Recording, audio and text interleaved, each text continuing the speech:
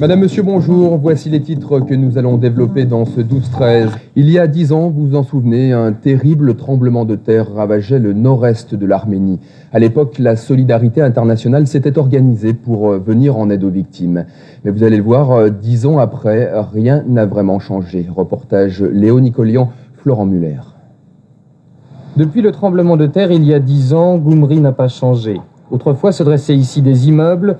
Aujourd'hui, la deuxième ville du pays ressemble à un vaste bidonville. Il s'appelait Ararat. Pour lui, comme pour des dizaines de milliers de victimes, tout s'est arrêté le 7 décembre 1988, à midi moins 20. Ce jour-là, l'Arménie était dévastée par le plus gigantesque tremblement de terre de son histoire. Bilan, 30 000 morts. 10 ans après, la plus belle cathédrale de la ville est toujours en ruine. Faute d'argent, les chantiers de la reconstruction se sont arrêtés. Une armature métallique, cet immeuble n'ira pas plus loin. Le président de la République arménienne s'est rendu ce mois-ci dans la région pour commémorer le séisme.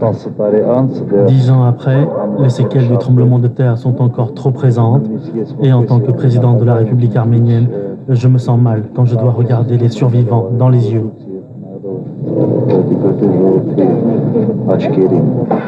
30 000 familles vivent encore dans des baraquements provisoires. On estime à 150 millions de dollars la somme nécessaire pour reconstruire les villes et les villages détruits. Le gouvernement en appelle à l'aide internationale et aux investisseurs étrangers pour que la production industrielle redémarre.